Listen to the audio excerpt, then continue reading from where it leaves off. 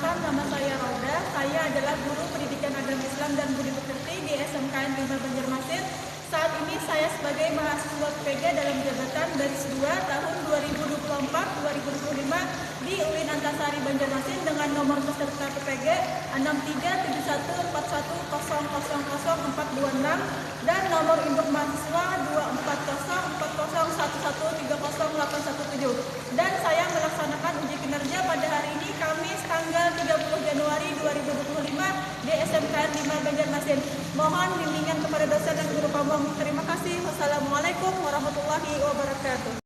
Assalamualaikum warahmatullahi wabarakatuh. Waalaikumsalam warahmatullahi wabarakatuh. Selamat siang. Siang. Hari ini seperti biasa ya, setiap hari Kamis kita pembelajarannya adalah pendidikan agama Islam dan budi pekerti. Sebelum memulai pembelajaran kita hari ini, alangkah baiknya kita berdoa terlebih dahulu. Kita berdoa dulu ya. Silakan Bapak pimpin doa teman-temannya.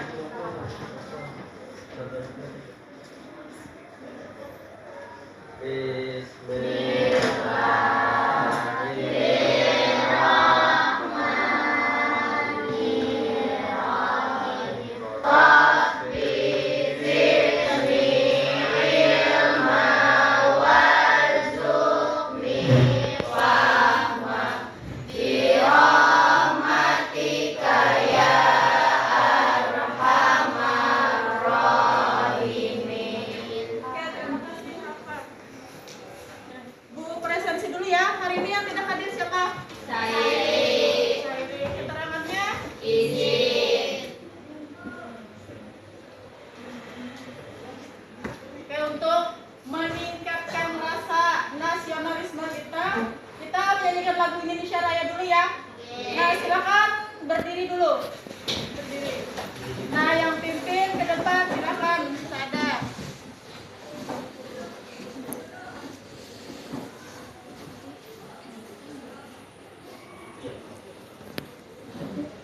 Marilah kita menyanyikan lagu Indonesia Raya.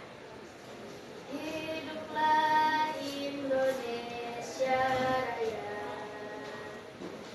Indonesia tanah airku, tanah tumpah darahku. Di sanalah aku berdiri, jadi pandu ibuku. Indonesia kebangsaanku, bangsa dan tanah airku. Marilah kita berseru, Indonesia bersatu.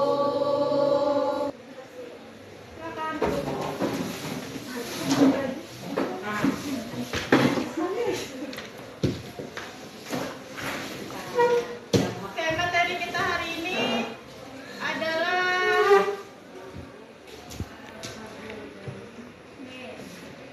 menghindari akhlak mazmumah dan membiasakan akhlak mahmudah. Di sini ada yang pernah marah? Ketika melihat orang marah, apa yang dalam pikiran kalian? Kesel. Apalagi? Kesel. Kayak bermacam-macam perasaannya ya. Tapi di sini semuanya pernah marah. Jadi yang kita bahas hari ini adalah tentang akhlak mazmumah, tentang ghadab. Ghadab itu artinya adalah temperamental atau bahasa kerennya adalah emosional. Nah, itu ghadab. Nah, yang akhlak mahmudahnya adalah kontrol diri atau mujahadah an-nafs. Nah, sebelum ke materi, Ibu akan bacakan dulu tujuan pembelajaran kita hari ini. Nah, tujuan pembelajaran kita hari ini yang pertama adalah peserta didik mampu menganalisis sumber sifat ghadab. Yang kedua, peserta didik mampu menghindari sifat ghadab. Yang ketiga, peserta didik mampu menjelaskan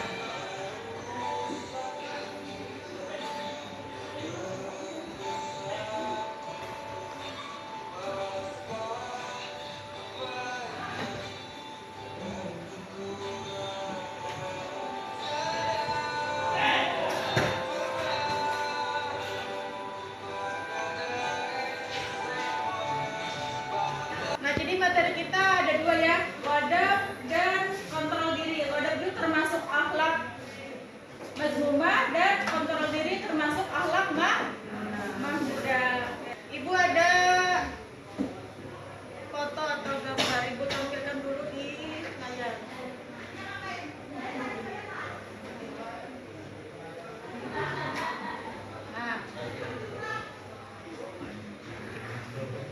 Nah, ini gambar apa?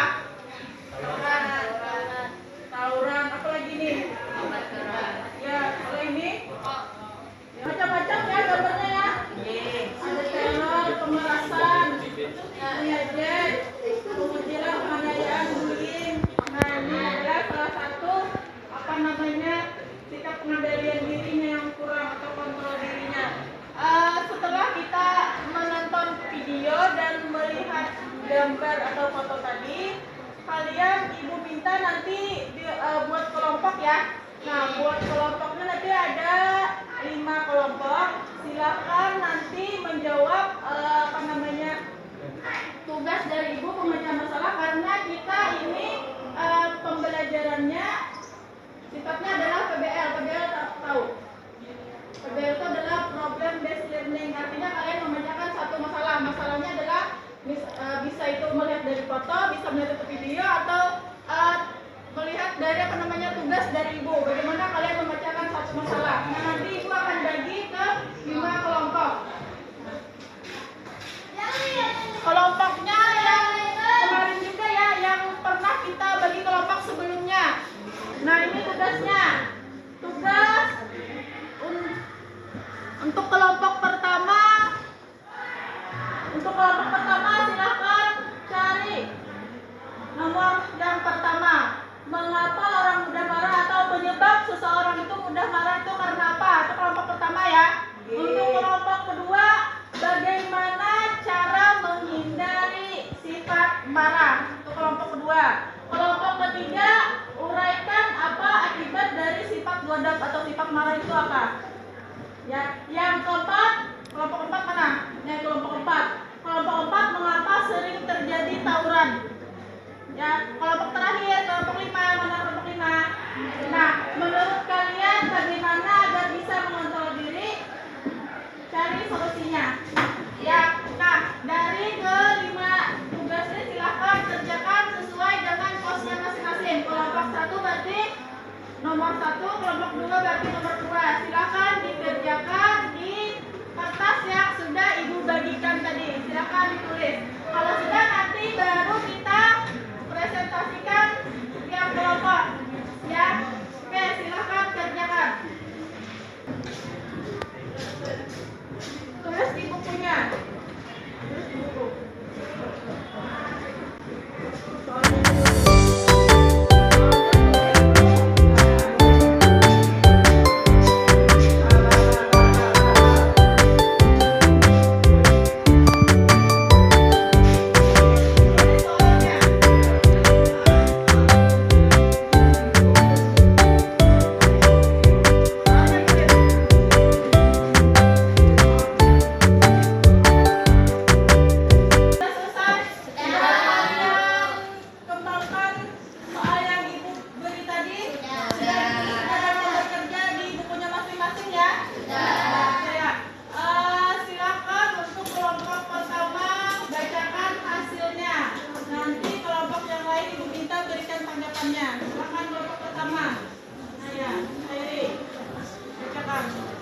Soalnya mengapa orang itu mudah marah?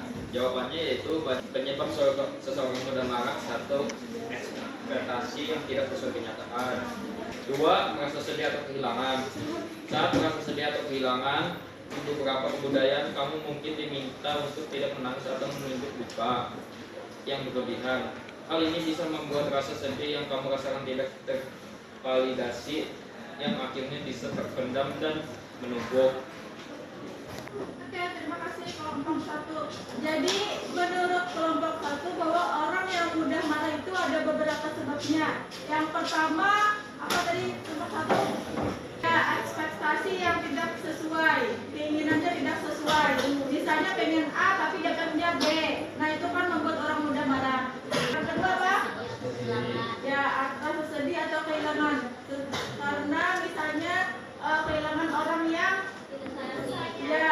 jadi itu menimbulkan hormon dirinya untuk emosional gitu nah. Yang ketiga apa tadi? Stres. Ya, orang yang stres bisa juga membuat orang itu mudah marah. Apalagi kalau dia diganggu ya. Karena misalnya sudah lelah bekerja atau sudah lelah sekolah, ada yang mengganggu kan? Pada waktu itu kan lagi lelah atau stres, ada yang mengganggu, bisa jadi itu mengakibatkan orang itu emosional ya, mudah marah. Nah, itu adalah beberapa hal yang menyebabkan kenapa orang itu mudah marah. Nah, oke, ada yang menanggapi kelompok lain? Nah ya, silakan berdiri. Sebutkan namanya ya. Perkenalkan, aku Delavia. Di sini aku dari kelompok 2. Ingin menambahkan jawaban dari kelompok 1. Kapan juga bisa penyebab orang mudah marah? Pernah mendengar istilah hungry yang merupakan kombinasi hungry dan angry? Istilah ini merujuk pada kondisi mudah tersinggung hingga marah yang terjadi saat seseorang sedang lapar. Salah satu penelitian menyatakan adanya kaitan antara marah dan rasa lapar. Hal ini berhubungan dengan kadar gula menurun saat kamu tidak makan dalam jangka waktu yang cukup lama. Nah, salah satu efek dari kadar gula yang menurun adalah dirangsangnya produksi hormon adrenalin. Tepuk tangan dulu untuk kelompok 2. Kelompok 2 menambahkan bahwa penyebab orang mudah marah itu karena lapar. Orang yang lapar mungkin bisa memudahkan orang untuk yang namanya emosional. Ya, oke, bagus. Kelompok 2 lagi. Kelompok 2 siapa yang membacakan? Bacakan soalnya, kemudian jawabnya apa? Soalnya, bagaimana cara Perhatikan yang lain ya. Bagaimana cara menghindari sifat marah? Nah, jawabannya, sebenarnya marah merupakan sikap seseorang yang bisa terjadi kapan saja. Meski demikian, wadah seringkali mampu menimbulkan berbagai dampak yang kurang baik bagi diri sendiri maupun orang lain. Maka dari itu, menghindari sifat godak perlu dipahami dengan baik agar kita senantiasa tak terjerumus lebih dalam. Salah satunya adalah dengan mengendalikan diri. Ada beberapa cara menghindarinya juga. Yang pertama, dirangsangnya produksi hormon adrenalin. Tepuk tangan dulu untuk kelompok 2. Kelompok 2 menambahkan bahwa penyebab orang mudah marah itu karena lapar. Orang yang lapar mungkin bisa memudahkan orang untuk yang namanya emosional. Ya, oke, bagus. Kelompok 2 lagi. Soalnya, bagaimana cara menghindari sifat marah? Nah, jawabannya, berwudu dan menyucikan diri sendiri. Hal ini dipercaya dapat meredam emosi diri sendiri. Yang kedua, membaca kalimat istiazah ta'awudz untuk mengalihkan perhatian dan emosi diri sendiri. Yang ketiga, perbanyaklah berzikir kepada Allah Subhanahu wa taala untuk mendekatkan diri dan berlindung dari godaan setan. Keempat, perbanyak sholat sunnah untuk mengalihkan pikiran. Kelima, diam dan selalu menjaga lisan dan ucapan agar tak ada orang lain yang tersakiti atas emosi diri sendiri. Dan yang terakhir, mengubah posisi tatkala sedang marah. Apabila seorang yang marah dalam posisi berdiri, ia dianjurkan untuk duduk. Jika belum hilang, hendaknya mengambil posisi tidur. Ya, oke. Tepuk tangan untuk kelompok 2. Soalnya apa? Bagaimana cara menghindari sifat marah? Bagaimana cara menghindari sifat godak atau emosional? Yang pertama bisa dengan berwudu. Apalagi? Baca kalimat istiazah. Apalagi? Perbanyaklah berzikir kepada Allah. Apa? Perbanyak sholat sunnah. Nah, ya.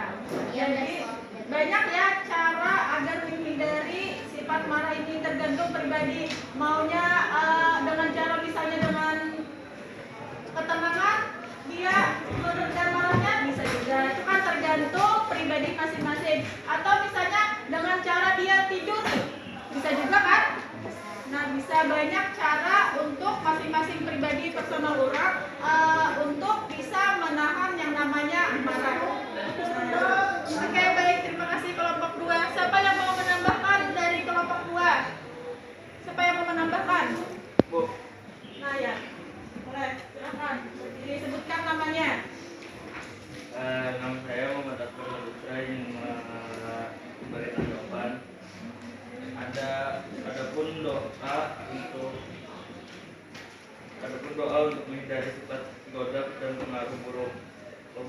firli ramli wajib baik qalbi wa ajirni minasyaiton. Yang artinya, Tuhanku ampunilah dosa dan tolonglah muslah hatiku dan lindungilah diriku dari penghapusan. Nah ya, oke, bagus ya. Terima kasih tanggapan dari kelompok 1. Nah nanti kelompok 1 nanti share ke temannya bacaan supaya tidak tidak mudah marah, ya, menghindari tidak emosionalan nanti ya. Siapa nama? Ya, Akbar nanti share ke teman-temannya bacaan atau doa untuk menghilangkan atau menghindari yang namanya sikap marah atau emosional. Oke, bagus. Untuk tangan ke kelompok 1. Nah, sekarang kelompok 3. Silakan, siapa yang mau bacakan soalnya nanti. Silakan yang lain ya. Silakan ya. Mudah marah dapat berdampak negatif pada kesehatan mental, fisik, dan hubungan sosial. Dampak fisik merupakan risiko tekanan darah tinggi, meningkatkan risiko penyakit jantung, meningkatkan risiko stroke, meningkatkan risiko gangguan pencernaan, meningkatkan risiko salah tidur. Dampak mental, penyebab stres, menyebabkan kecemasan, menyebabkan depresi, mengurangi kebahagiaan dan kekuasaan hidup, mengganggu fokus dan produktivitas.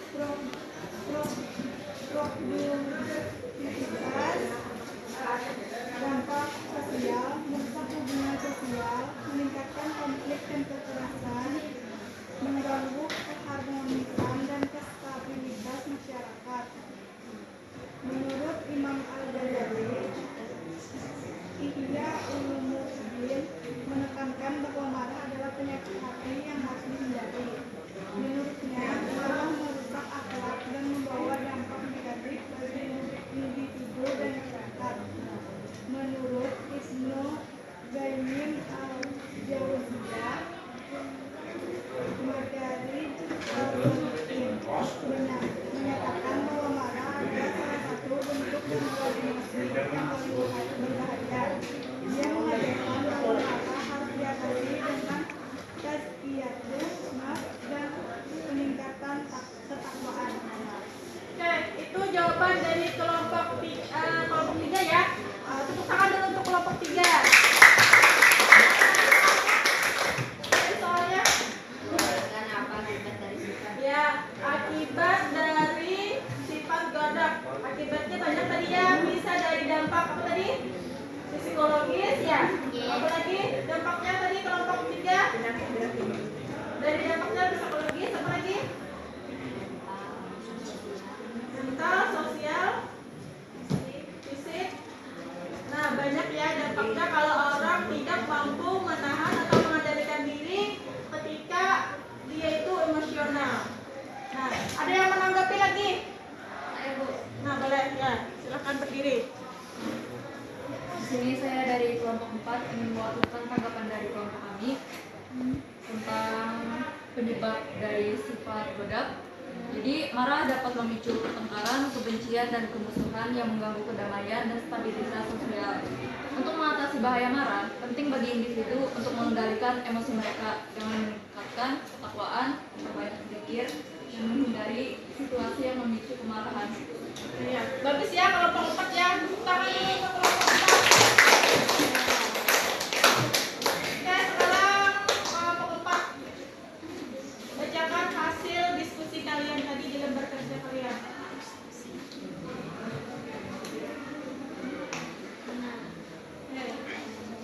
Di sini saya membacakan soal dan jawaban dari kelompok kami, yaitu kelompok 4. Pertanyaannya, mengapa sering terjadi tawuran? Tawuran bisa terjadi karena beberapa faktor seperti psikologis, lingkungan, dan pengaruh media. Pertama, faktor psikologis itu tuh ada krisis identitas, yaitu ketidakmampuan menemukan nilai positif dalam diri. Setelah itu, kontrol diri yang lemah, tidak mampu mengendalikan diri sendiri. Setelah itu, ketidakstabilan emosi, yaitu mudah marah dan frustasi. Setelah itu, untuk yang kedua tadi faktornya yaitu faktor lingkungan, masalah keluarga seperti perceraian, kekerasan dalam rumah tangga, dan kurangnya pendidikan agama. Setelah itu lingkungan sekolah dan lingkungan pembelajaran. Setelah itu untuk faktor yang ketiga yaitu pengaruh media, massa media sosial yang menampilkan kekerasan, bermain video game, dan lain-lain yang sangat berlebihan. Oke, tepuk tangan untuk kelompok 4. Jadi sering tawuran. Ya, kenapa terjadinya atau seringnya terjadi tawuran? Nah, itu pada dasarnya salah satunya karena pengendalian diri dalam dirinya itu kurang ya, karena misalnya ikut-ikutan.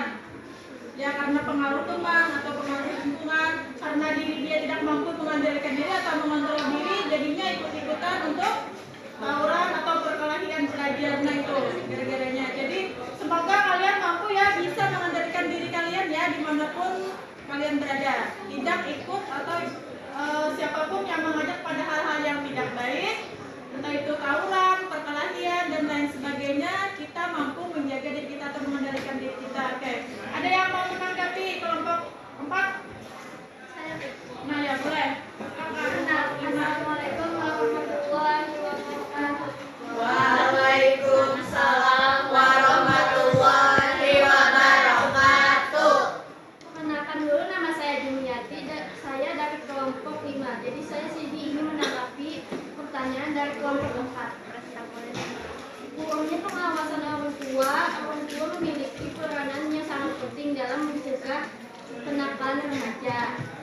Ketika orang tua tidak memberikan pengawasan, ia memandai remaja cenderung akan melakukan perilaku agresif atau aktivitas kriminal. Orang tua yang tidak perhatian dengan perkembangan lingkungan, anak akan membuat para remaja cenderung berteman dengan orang yang salah, mengambil risiko yang tidak perlu, dan dengan hal-hal yang tidak diizinkan oleh orang tua yang berpikir. Oke ya, bagus ya untuk kelompok 5 ya tanggapannya ya. Tangan dulu untuk kelompok 5. Jadi menurut kelompok 5 bahwa sering terjadi tawuran itu karena kurangnya pengawasan dari orang tua. Oke, bagus. Sekarang kelompok yang terakhir. Siapa? Ya boleh. Perkenalkan, nama saya Maulida Nurdiani. Menurut kalian bagaimana agar bisa mengontrol diri? Mujadah anak dapat dimaknai sebagai upaya bersungguh-sungguh untuk mengendalikan hawa nafsu yang ada dalam diri sehingga tidak melanggar segala ketentuan syariat Allah Subhanahu wa taala. Kontrol diri membuat seseorang mampu mengatur dirinya ke arah positif. Tidak hanya itu, kontrol diri menyebabkan seseorang tidak melakukan hubungan yang merugikan baik diri sendiri maupun orang lain. Kecuali nafsu yang diberi rahmat oleh Allah. Sesungguhnya Tuhanku Maha Pengampun lagi Maha Penyayang. Quran surah 20 ayat 53. Itu saja dari kelompok kami. Assalamualaikum warahmatullahi wabarakatuh. Oke, terima kasih untuk kelompok 5. Tangan dulu. Bagus. Ada yang menanggapi? Nah, boleh.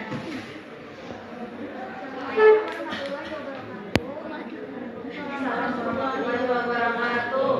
Perkenalkan, nama saya Lana. Saya izinkan saya menambahkan jawaban dari kelompok 5. Melakukan aktivitas yang disukai guna mengalihkan pikiran dan mampu saling memaafkan. Nah, bagus. Bukan kelompok 3. Katanya mengalihkan aktivitas yang bermanfaat, aktivitas yang positif ya. Nah, habis itu apa lagi? Ya, saling memaafkan, jangan emosional. Oke, tepuk tangan untuk semuanya. Tadi sudah semuanya ya. Semuanya sudah mempresentasikan hasil atau tugasnya masing-masing. Oke, terima kasih. Bagus. Kita sudah melaksanakan tugas kelompoknya ya, dan juga sudah presentasi dan juga ada beberapa yang menanggapi. Ada yang ditanyakan dulu? Ada yang ditanyakan? Tidak ada. Oke, bagus. Berarti paham ya? Ngerti? Paham. Sebelum kita penutup dan melakukan simpulan dari pembelajaran kita hari ini, Ibu ada yang namanya ice breaking. Kita ice breaking dulu supaya pada mengantuk dan semangat. Nah, ice breakingnya kalian tahu sapi? Tahu. Sapi itu bentuknya besar atau kecil? Besar.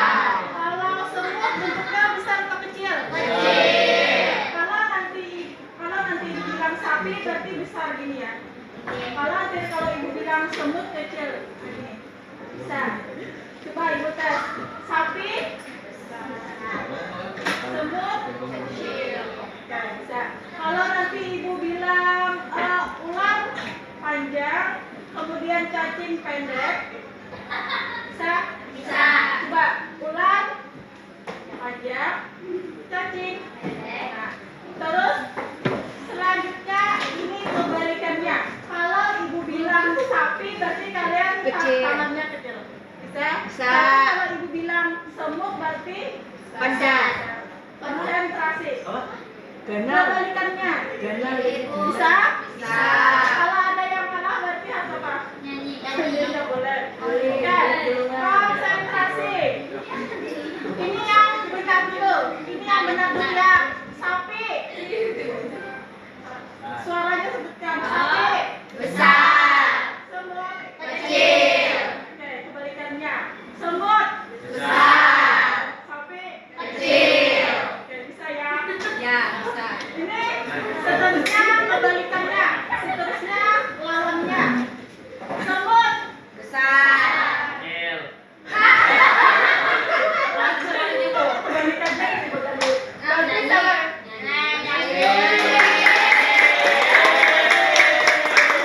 Kita masuk ke karena tadi nggak ada yang ditanyakan ya. Kita masuk ya. Untuk itu kita mintakan tadi Sairi yang apa tadi? Yang kalau tadi ya bacakan kesimpulannya Sairi. Apa yang kamu dapat pelajaran hari ini? Silakan Sairi. Ya, Sairi. Kesimpulan yang saya dapat yang ada yaitu mujadaan nafs, yaitu bersungguh-sungguh melawan hawa nafsu atau bahasa lain adalah contoh diri atau mengendalikan diri. Beberapa cara membiasakan kontrol diri dalam Islam sebagai berikut. 1. Memikirkan resiko dan akibat dan setiap perbuatan. Oke, terima kasih Sairi. Lagi yang mau? Maya, silakan berdiri. Kesimpulannya, kodrat atau temperamental adalah emosi yang terjadi akibat ketidaksenangan terhadap suatu keadaan. Sifat seseorang yang mudah marah karena tidak senang dengan perlakuan atau perbuatan orang lain. Penyebab bisa karena kelelahan yang berlebihan, stres kurang tidur, depresi atau lapar. Cara menghindarinya salah satunya adalah dengan mengendalikan dan berwudu dan menyucikan diri sendiri. Membaca kalimat istiazah, ta'awuz untuk mengalihkan perhatian dan emosi diri sendiri. Perbanyaklah berzikir kepada Allah Subhanahu wa taala untuk mendekatkan diri dan berlindung diri dari godaan setan. Terakhir, perbanyaklah sholat sunnah untuk mengalihkan pikiran. Terima kasih. Oke, tepuk tangan untuk Oke, sebelumnya ada yang ditanyakan? Kalau nggak ada, kita post test ya. Nah, siapkan bukunya di atas meja. Sudah? Oke, silakan kerjakan tugas mandiri yang ada di layar atau ada di papan tulis. Silakan kerjakan. Ibu beri waktu 15 menit dari sekarang.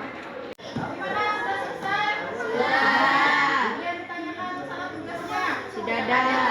Kalau yang sudah selesai, silakan kumpulkan ke depan sana. Yang sudah selesai, silakan kumpulkan.